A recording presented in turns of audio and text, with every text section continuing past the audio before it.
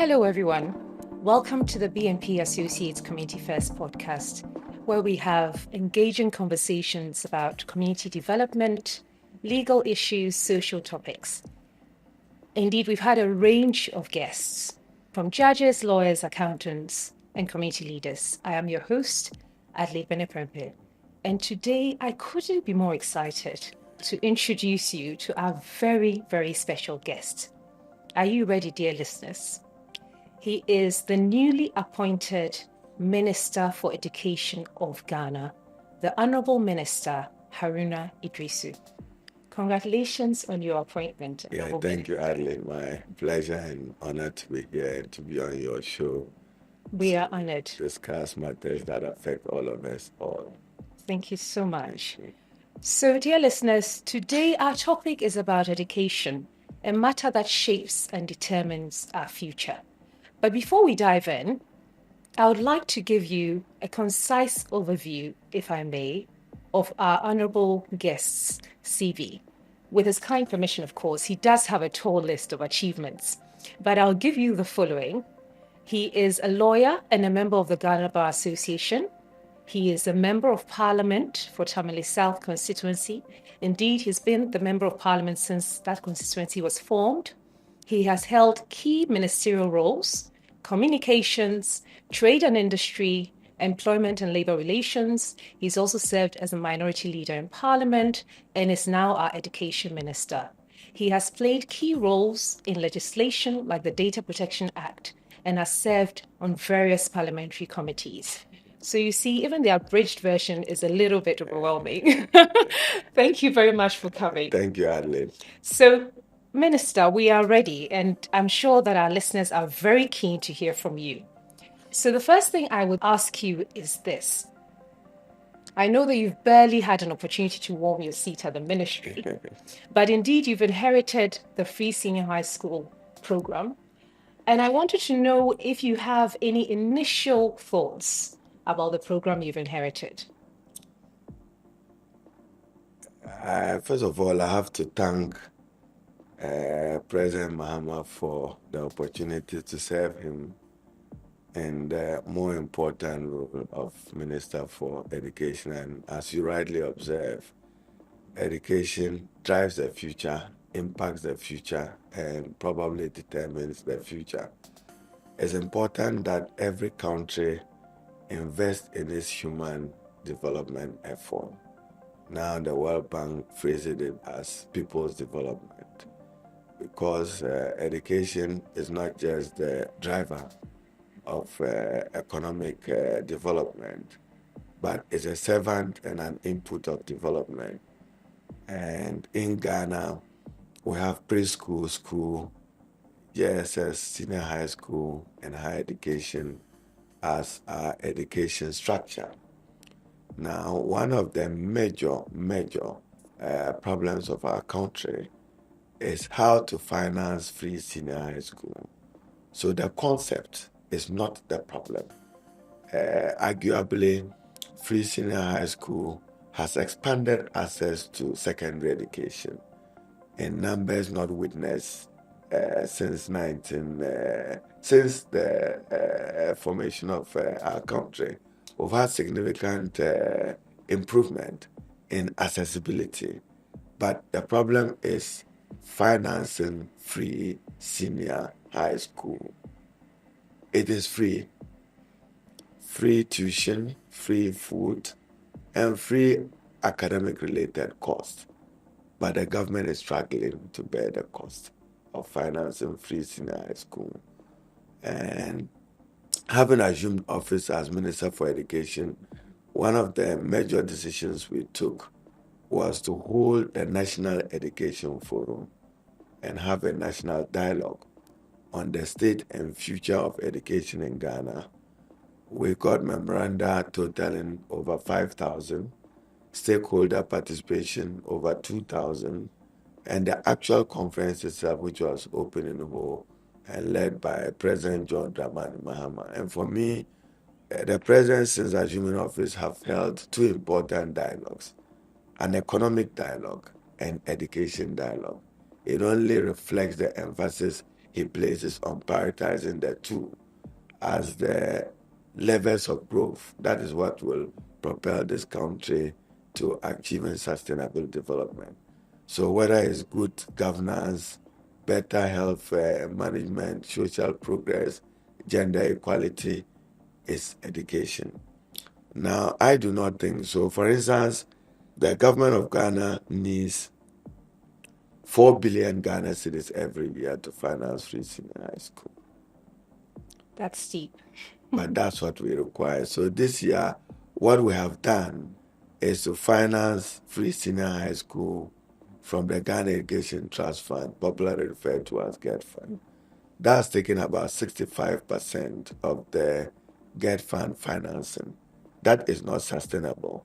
Even if you want to continue with that, then higher education financing will be in peril because you have spending 6.5 billion on free senior high school and spending less than 2 billion or probably between 1.5 billion to 2 billion in financing higher education and less than 2 billion in financing free compulsory universal basic education. So the inequities will affect quality. Yeah. Now, at the lower levels of education in Ghana, we still have what you call national poverty in literacy and numeracy.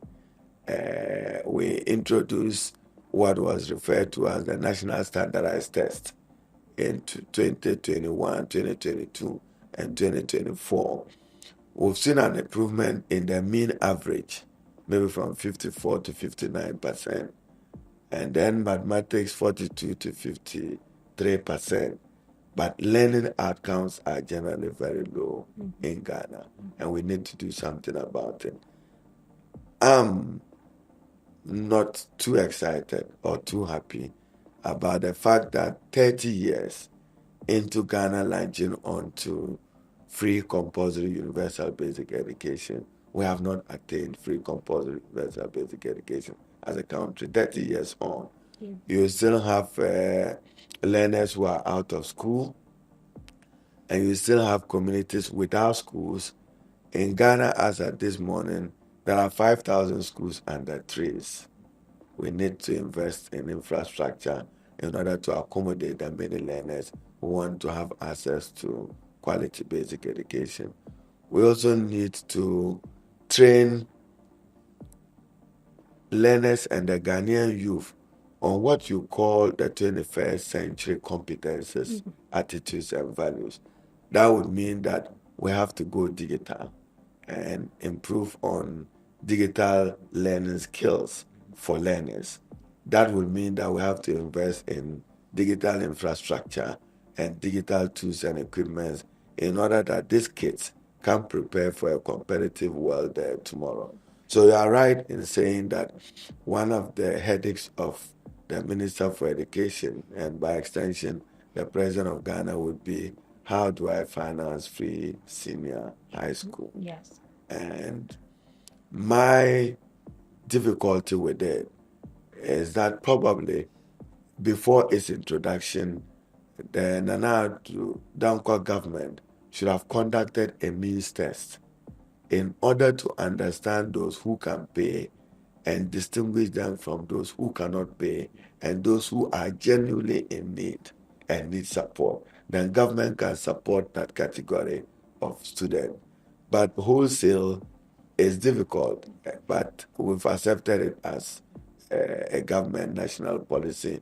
I'm sure the argument is that we are better off with a literate population than an illiterate population. Indeed. So let everybody have access to education. And Akufo-Addo government redefined basic education.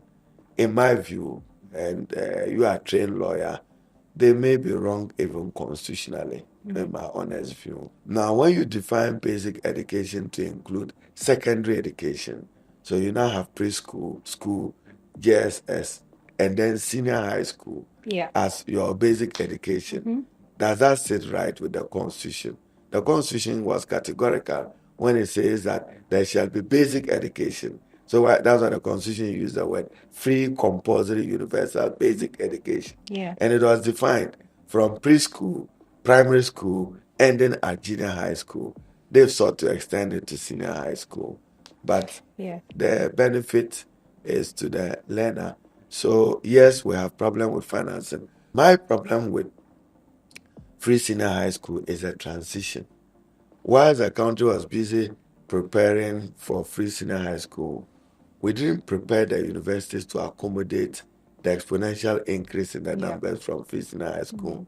So you now have 150 to 300,000 SSS graduates. Where will they be? Where will they go? Precisely. The universities naturally will need expanded lecture theaters. They will need expanded halls of residence, which we are not providing. Government is not providing. The private sector has not been enabled to do more. So you have students, as is observed by UNESCO, in clusters of rooms because lecture theaters are not available. That we have to work at, and that we have to change. I mean, I'm quite impressed, Honorable Minister, because you seem to have grasped the issues very quickly. I'm trying. I'm not surprised, given your background. I'm trying. And also the sort of support that I see that you have. I watched the vetting, and I think you had the fullest room in the house on that occasion. Thanks for warm words and compliments. Yeah. But I think that you're right. I mean, the idea of free education is a noble one. Everybody should get educated, getting all our children through secondary education, but the quality is important because we have a nation to build.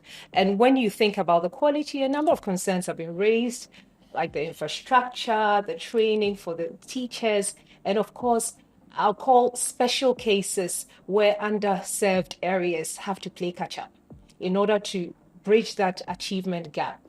So you've talked about financing, overly stretched finances of the government. Do you have any ideas, perhaps, as to where other sources can be tapped into to fill the pot?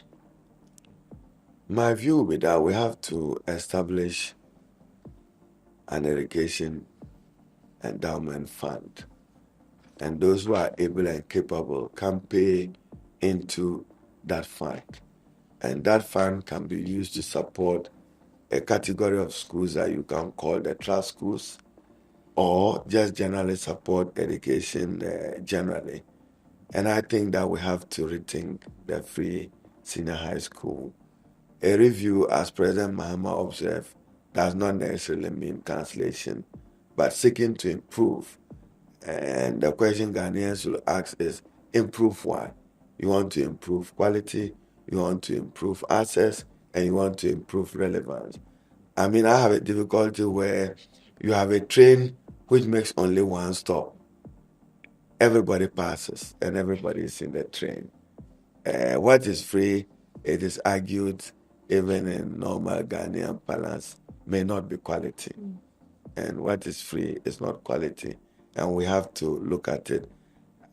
One would have preferred maybe, do we have even a cutoff aggregate that if you make it up to aggregate 25, then you would deserve government support.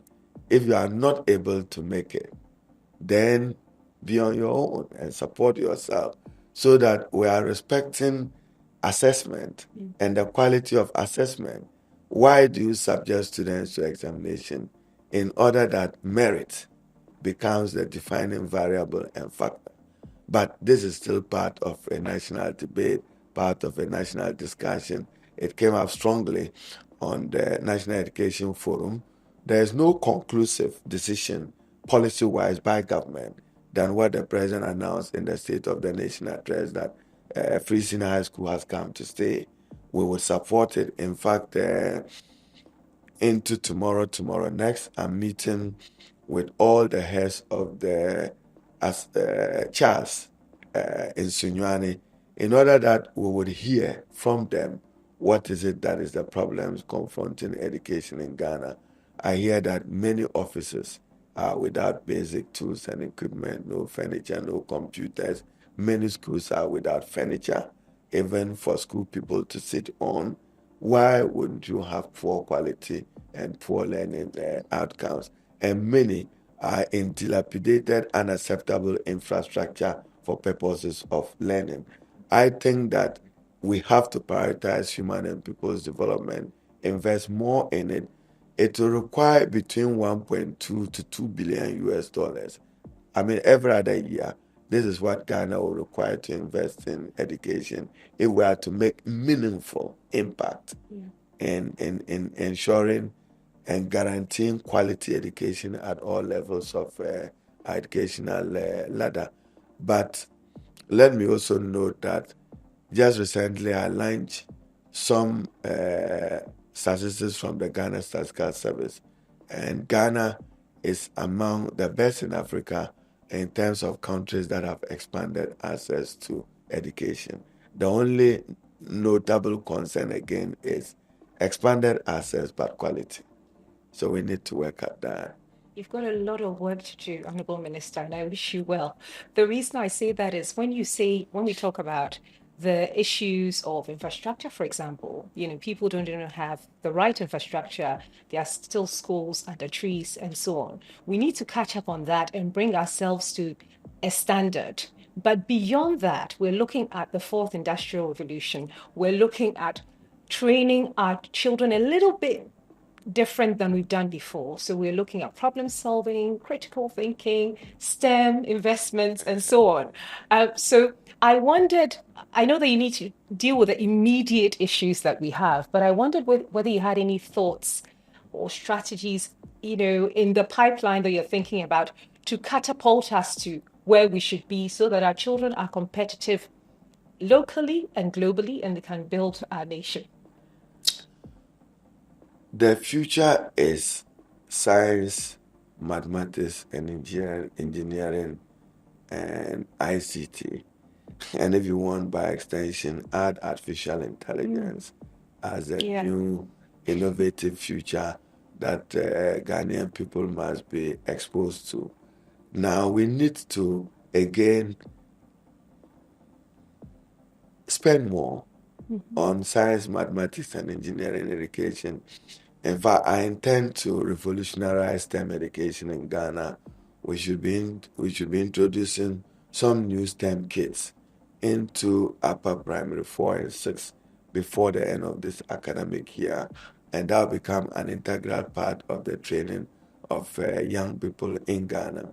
Now, what are the competencies and aptitude in science, mathematics, and engineering? Not too many Ghanaian children are excited about it. So you have to introduce maybe play-based training models in order to get young people more excited and interested in that. And then also, again, is subject to resources, we should have a model STEM school in each region of Ghana and probably in each district of Ghana. And I've seen a model school around the TVET institution at East Legon. And you start from preschool, you end senior high school in the same building. Beautiful. That's what it should be. But you probably have just 3, 4, 5 of that in the whole of Ghana. So we have to make sure that those important footprints of good education infrastructure is made available in every part of Ghana and for every Ghanaian child to have access to education. So I couldn't agree more with you that we need to prioritize STEM education, but even that, you have to spend more. How many schools have laboratories? And how many schools have functional laboratories? And how many schools are able to undertake experiments on their own with requisite tools and equipment available for people? That we have to. So I think that the problem is not Haruna or education. The problem is financing quality education in Ghana. We need to assure education of a sustainable financing regime. And it doesn't stop there, because then we look at how these brilliant minds transition to tertiary education.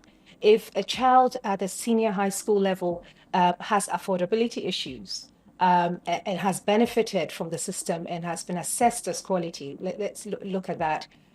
They are facing tertiary education. Again, the affordability issue doesn't go away. Do you have any thoughts as to how we can support them to become completely educated? I'll be the last person to even want to attempt an argument that government support or scholarship support for deprived or underprivileged persons is not necessary. I mean, I benefited from it.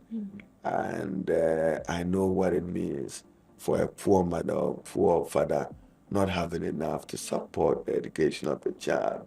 It becomes the most distressing emotional issue for that parent. So we do know in Ghana that there is a category of students who cannot afford. We do know that there is a category of parents who do not have the income to support the education of their ward. That necessarily will invite government support. But there's also now a category of a growing middle class in Ghana who have capacity. Yeah. Must government finance that category of people? I think that's where we should narrow the debate to.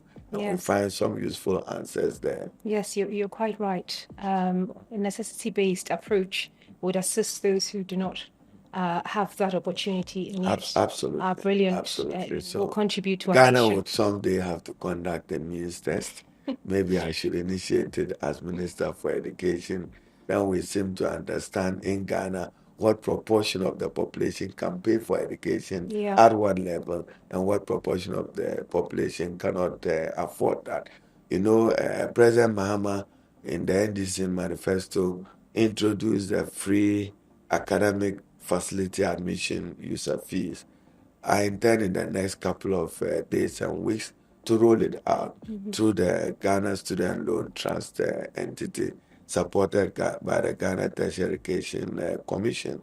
And that itself, we've already seen a number of students who are saying that I borrowed to pay my first year school fees. That's real. Yeah. And you cannot deny them. Education is not just a right, but as I said, it remains a servant of development. And we need a strong relationship between education, investment in education, and the future of our country. Every day you hear Ghanaians talking about Malaysia, Taiwan, South Korea, we're in the same category. Yes. How do we get Indeed. right? Exactly. It's education. This is true. So, okay, so we've covered quality, we've covered funding. We've covered STEM. We've covered STEM. It is indeed the case that, however, competent a team you have, if you have other competent people, it helps. And I think I want us to focus a little bit on the community, the stakeholders, because, Honorable Minister, you do have a strong sense of community, and I explain why I say that. Your passion for football brings communities together as a starting point. You were president of National Union of Ghana Students. That's long ago. In your heyday. 1997. Yes, but you followed that on with your role as National Youth Organizer for the NDC. And in fact, if I recall, when you were first appointed minister, you did not immediately give it up. So I think that generally you're familiar and comfortable with helping your community. A careful study of my Indeed, I wouldn't dare not do a study. So, Minister, I want to look at pockets of stakeholders. There have been a number of stakeholders. From my personal perspective, I would say that the alumni of secondary schools are very, very active. We're very passionate. I went to Wesley Girls, and whenever we celebrate a milestone, we go there and donate and build a science block and so on and so forth. And other people, we're all over social media when we celebrate. And I wanted to know whether there is a way of formally collaborating with all these alumni who are very keen to jump in to support to make it happen. I think it's a resource we can harness to the benefit of the schools that gave those persons an opportunity to be who they are. And I share this important coincidence of a story with you. Regrettably, I don't have the names. 4 ladies walked into my office from Every Girls about a month ago. And when they got in, their request to see the minister was to discuss a collaboration and to invite me to April girls to launch an ICT initiative they were doing as alumni of April Girls. So you got it very, very right. And now this was their own initiative. Yes, always is. With their own contribution, with them seeking to raise funds to undertake this particular activity. So I surprised them. I listened to them with a smile. And after their presentation, I said, okay, I intend to build, inspired by their initiative. And I'm sure if even it should be in today's graphic or times. I've asked that those projects be advertised in order to guarantee value for money and to ensure value for the taxpayers' money. So I said that, look, I want to initiate your dream in 4 other girls' secondary schools in Ghana. So I want to do Ebri Girls, Bana Girls in Tamale, Holy Child, and then St. Francis de Assisi, a girls' school in the Upper West region. I'll be meeting with the World Bank Country Director right from the studio, and we'll be discussing whether I can get support to escalate it. My wish and desire will be that this is replicated in 10 senior high schools, but strictly girls, because I understand that there is a strong relationship between girls and education and gender equality. You want to achieve gender equality, then prioritize investment of the girl child. Now, so that responds to your issue. Beyond the ICT lab, we've seen some of you contributing to building dormitories. Some have even ventured into classroom blocks that traditionally or primarily is a function of government, but inadequate and insufficient financing from government probably is what is driving this. So maybe we should launch an alumni concept as one quiet model to finance education. But what we should assure the alumni is that your financing will go back to your school as expression of gratitude. I suppose, yes. That will make peace. We should get that. Well, I'm sure that the body of alumni across the country will welcome such an initiative. We will. And Honorable Minister, please, the ICT 10 schools, can you identify Wesley Girls as well? I might as well chip that in just in case. Oh no, I saw the designs on Friday. 4-story building. If I have my way, I'll put it in every girl's school. Fantastic. So we get here subject to at least not grilling me too much, can qualify as candidate for an ICT laboratory. Dear listeners, I'll look at Wake here and then Accra Girls, and I think that my attention has also been drawn to Bogis, Accra Girls Secondary School. I engaged the World Bank this morning and see if they allocate additional resources. I'm happy to do that. Great. Dedicated to that. That would be wonderful, Minister. So, following that, another very important stakeholder here is the church, faith-based. Religion and the state go way back in our country. And I think in recent times, there has been a number of concerns expressed as to where religion is positioned. And I think in recent times as well, the Catholic Bishops' Conference indicated that there ought to be some kind of formal partnership agreement with the government, with the ministry, acknowledging the importance of religion in human formation for the development of our country. And I wanted to know whether or not that is something you support, and if not, a variation of that to bring them back in formally. And absolutely. There is a strong relationship between the church and the state from Tudor times, and from independence up to yesterday. We know how much the church have invested and provided. Even education in Ghana was introduced by the church, I'm told in my reading. That's how important they are as a major stakeholder. And government is happy to work with them. You have what you call the Catholic schools. I went to a Presby school, even though we popularly call it the Kulikuli school. it was referred to as Presby Primary School. Yes. And therefore, I'm also a beneficiary of the church-state relationship. Yeah. They can do more. We now have a number of them providing higher education. Yeah. You have church-based tertiary educations across the Yes. country. Yeah.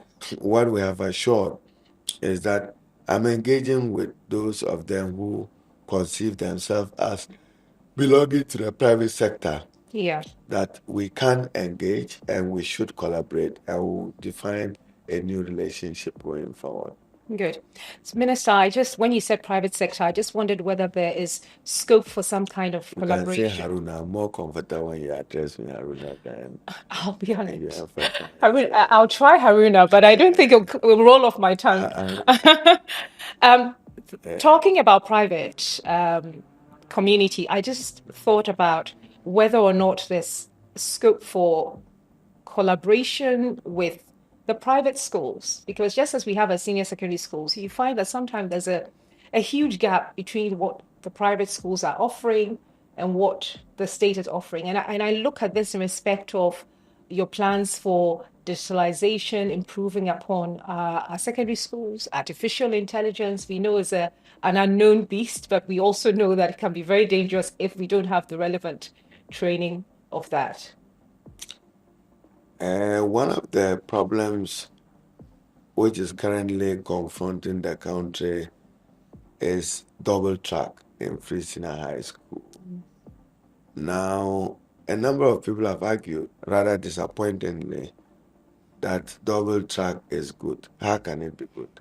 How can you have minimum contact learning hours and praise or hail that? That is wrong. I mean, ideally, students should spend more time in school, more quality time interacting with teachers and being in the classroom, not spend few weeks in school, more weeks at home, few weeks back to school, more weeks at home. That's wrong. We are seeking to resolve that, and we can only resolve that through expanded infrastructure, one in the public schools, and two, partnership with the private sector, private senior high schools. So we are looking to offload about 150,000 free senior high school students to the private schools. That is the only way you can succeed in eliminating the double track system. I've just put together a committee to advise me on it. We have up to 2027 to end it. Currently, the WIC calendar is not even good for Ghana. When other countries ride, some of the Ghanaian free senior high school graduates, even after exams, have to wait till the next term of the beginning of a university or a tertiary education institution. That's also wrong. We have to get the calendar back on track, and we are working at all that. Good. So, Honorable, following your tenure, what do you want to be remembered most by? To say, Honorable Haruna achieved this during his tenure. I just want one thing that will make you sleep well at night. Yes.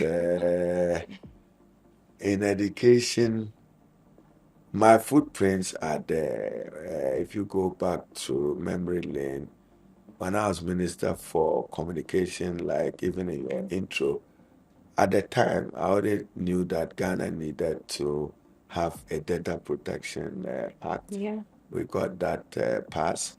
We invested in robust IT infrastructure, including the extension of fiber to many parts of the country.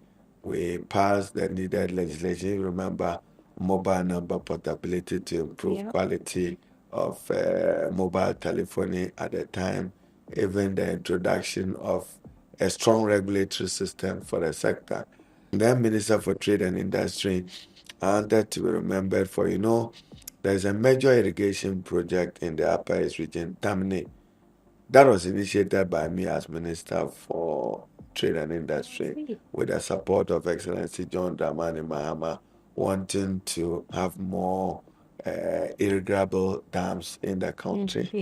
Now, it was my wish that by the time I left the Ministry of Trade, I'll work with the Minister for Agriculture to expand irrigation infrastructure to Kamba, to Sabari, to Pagaza, to Amate and Imprem in the Central and Eastern region. Mm. Then I became Minister for Labor.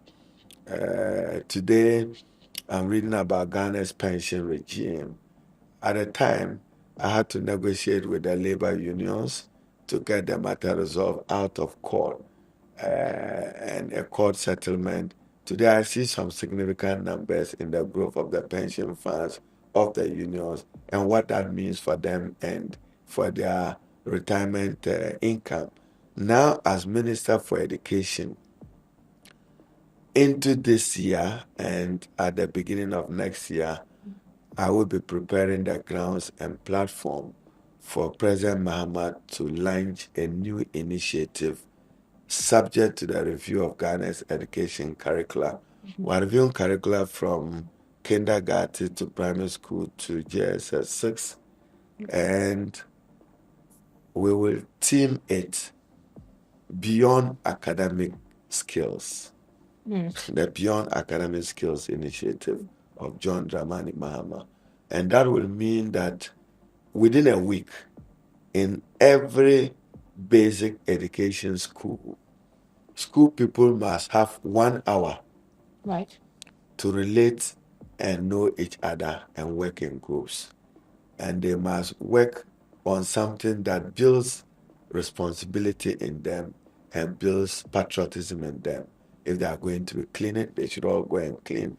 If they are going to be washing, they should all go and wash. If they are going to be farming, they should as a group go and farm. That is what I want to be remembered for. But remembered more importantly for expanding access to education at all levels in Ghana, making our education relevant, not just relevant to the needs of industry and the private sector, but guaranteeing quality higher education and preparing Ghanaians for the 21st century competencies. I'm sure in a summary, this is what I would say I want to be able to leave behind as footprint.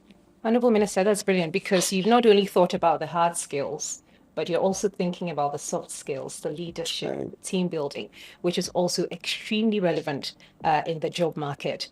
So, by way of wounding up, my final question to you, or indeed my final thought, is I think that our listeners and our community will benefit from a message which essentially tells them to support you. You're the right man for the job. So we have various stakeholders.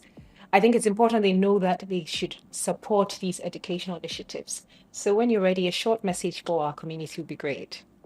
Yeah, I think that early before you end, it will be important that we discuss higher education Good. or tertiary education in order that this discussion is holistic. This is true. Now, if you look at Ghana's higher education or university education, the question is, are our universities producing persons with requisite employable skills? Yes and no. There is graduate unemployment in Ghana. Is it as a result of the economy not expanding enough or the private sector not being enabled enough to absorb them, or it is that they do not have employable skills? I think that your answer to this question is as good as mine. You have mixed position on them. Now, if you take higher education, I said that today acute accommodation crisis, lack of lecture theaters, lack of digital lecture tools and equipment, For sure. and quality of faculty have improved. I mean, from the days of your father, Professor Ben, if you look at University of Ghana, you would see a monumental change in expansion even of the University of Ghana infrastructure, but maintaining the integrity of the traditional architecture of UG University of Ghana that we all know. And relevance, how relevant is higher education in Ghana? And is a Ghanaian graduate as competitive to a graduate from Yale, Princeton, Cornell, Harvard, Oxford? We need to ask those questions. And I think we would need to invest again in innovative digital hubs in the universities. And as I said, I'm not too excited about how the Ghana Education Trust Fund dedicating it to finance free senior high school, maybe to absorb an imminent crisis, but we have to find alternatives way of financing education generally in Ghana, particularly free senior high school. At least this interview, I've learned two lessons. One, go and explore opportunities of alumni supporting government. Yes. Go and explore opportunities of churches supporting government. Yeah. And go and explore opportunities of my endowment fund, United, and those who have can contribute to it. So thank you very much for the morning. Well, I'm very glad that you found something useful because we certainly have found a whole lot useful. So, dear listeners, there you have it, the Honorable Minister for Education. He's ready, he's willing, he's identified all the issues, but he needs your support. He needs our support as the stakeholders involved. And you've heard how he'll welcome this support. It takes all of us to help build a nation where our children learn and thrive and where they can take over the future of Ghana and make Ghana a good place to live. Thank you very much. I wish you a pleasant day. Thank you so much, Honorable Minister. It was an absolute honor to have you. Adelaide. So I end again with the quality of our teachers, improve accommodation for them, improve conditions of service for them. How do we get them to accept posting into underserved, deprived rural areas? And how do we improve quality of assessment by our teachers? So education just needs enormous financial investment. Indeed. So I look forward to that. You're the best man for the job. Thank you very much.